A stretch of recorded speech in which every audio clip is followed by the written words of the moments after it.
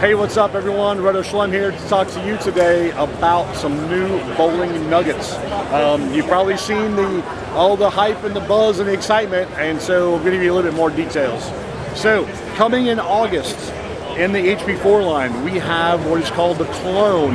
For those of you that love the UFO series, we brought that part back, modified it a little bit. So what we took the ET core, we changed the density. So what happened with that is, by changing the density, we brought the RG down 1 point, so it went from 252 to 251.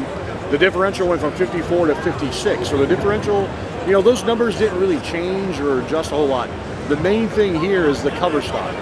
So this OptiTrax cover stock, which is a brand new material, is a solid material. It was a derivative of like E-Trax Plus. So it's kind of a chemically enhanced cover. It's not like our nano material, so there's no particles in it. This is a chemical-based cover. And the idea was to create a solid reactive cover, bringing back that part, because again, a lot of people love that part. Because even though it's asymmetric, it didn't really roll like an asymmetric because of that kind of a bulb shape. And then with the equalizer technology, with those built-in cavities, kind of emulating balance holes, if depending on how you drill it, you got some good shape. Well, but you take the solid cover and you factory shine it, the whole thing kind of came about of when I started looking at the product line, not only with Roto Grip, but with Storm and with Global, I was looking at it going, man, we don't have any other solid, shiny balls in our product line. And we got the Hustle Rip, which we'll talk about here in a little bit. But having that reaction, and for those of you who remember, the last time Roto Grip actually did anything high-end that was a solid factory shine was the Eternal Cell. So it's been a while ago if you think about that. But anyway, yeah, that was the focus behind that. And the other idea, too, was to make it complement these gems. If you've thrown the gem or exotic gem, you know that actually is a low RG. Those are 247. So those really want to rev up faster. They really want to shape and really start early and be more rounded. So the other idea that, part of the equation was putting the Clone in there, getting a ball that is 251. So just on RGs alone, we're talking feet of distance. But then the added thing is the solid cover that's factory shined. Now you've got the length, you've got some shape. But I can't count the number of people that have come up and talked to me that threw it at the demo, and they're like, man, it was surprisingly how much it shaped down lane, but it was controlled. So I still had a decent reaction, but it wasn't sideways. And it's one of those deals, like I told people, the main thing too, we age every day. And as we age, so do the lane panels. So the lane surfaces are getting older. There's more friction there. So maybe your bowling center's got enough oil, you can use a gem or exotic gem. But for those of you maybe that, you need a step, what we call a step down ball, or a ball that's a bit cleaner, or you need something because the surface is so hooking so much, now you got a Clone. It's going to get through the front part of the lane a lot easier, and you're going to get the bang for the buck, and the fact that it's HP4, there's a big core in it, and yeah, it's going to do some cool stuff.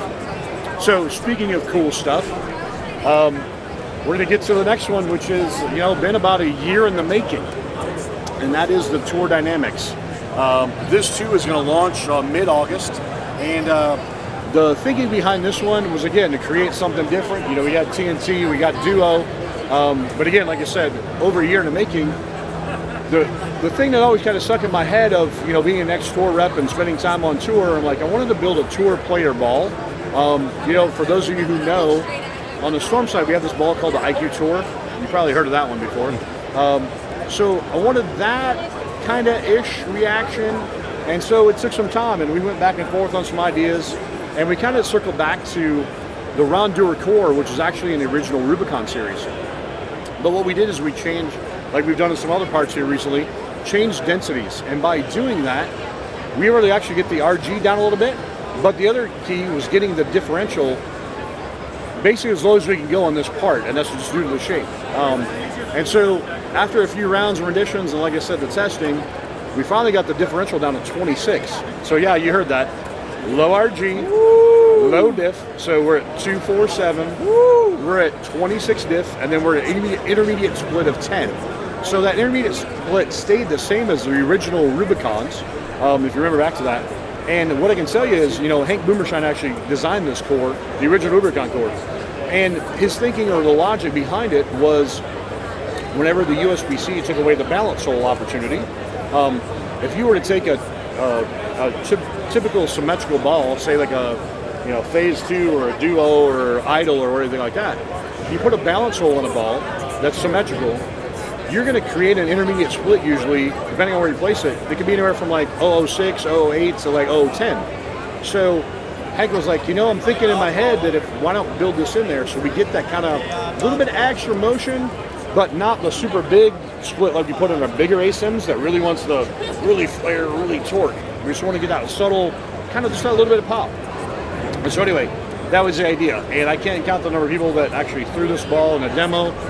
Every one of them, like I said, there was a gentleman here not too long ago who goes, man, I got to tell you, the Tour Dynam-X was my favorite ball yesterday. It reminded me of an IQ Tour, but more, like IQ Tour-ish. He goes, yeah. I go, that was the idea, to get something, because when you get differential in the core, differential gets the change direction. But when you start narrowing that down, the RG makes it pick up. You eliminate all the wobble, you stabilize a little bit more, but the 10 helps it kind of, the intermediate split helps it go through the pin deck a little bit differently. And so everybody saw that yesterday, so that was kind of cool. And really, I can tell you too, the guys who really liked it was our tour players who hadn't seen it yet, didn't know it was, they don't know what was coming until they got here.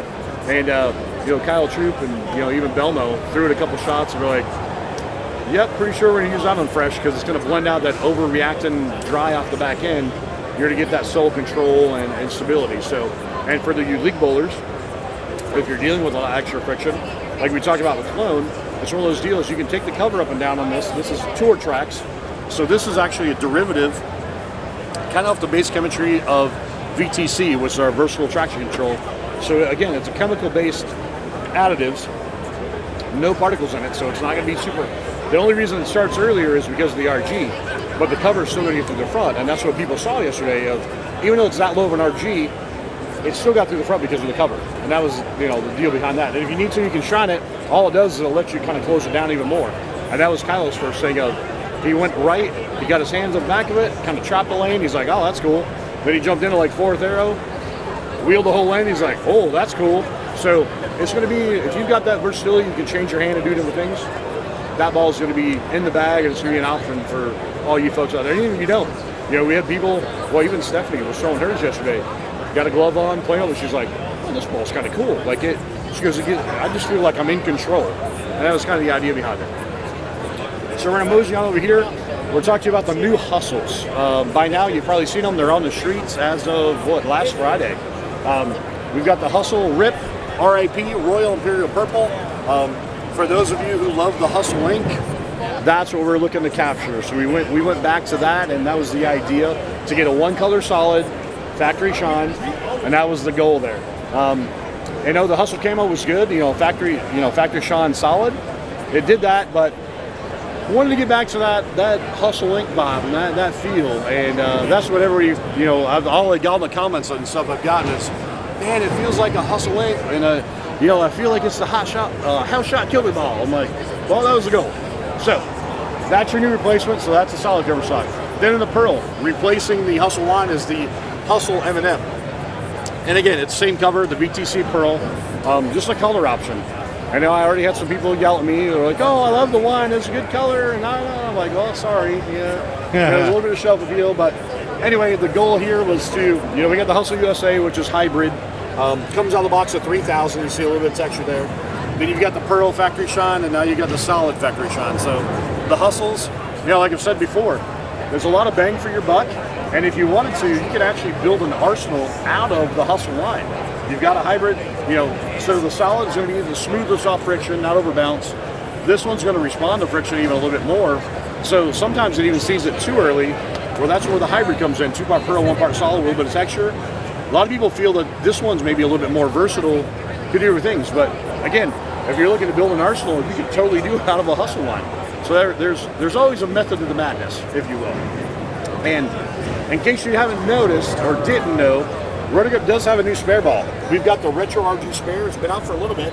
But what's cool about this, we got logos on both sides. Pretty in-depth, pretty kind of cool. Looks like a little kind of a neon light kind of deal. But I think the one thing I want to tell you is the fact of this is the Roto version of a mix. So this is a hard urethane ball. So it's one of those deals that if you need that spare ball that you're in control of, it's hard, it's durable because it is the hard urethane. It's not going to crack or chip out. It only goes to 14 through 16 pounds. But the thing I tell people is this is going to outlive your spare game. So the only reason you would get rid of it is because you're missing spares, but it's not the ball's fault, it's your fault. So, having a durable spare ball, that was the idea there. So, there you have it, there you are, Roto Schlem. Thank you for all the support. Be sure to follow the channel, do all that cool stuff. And until next time, I'm Roto Schlem. Peace.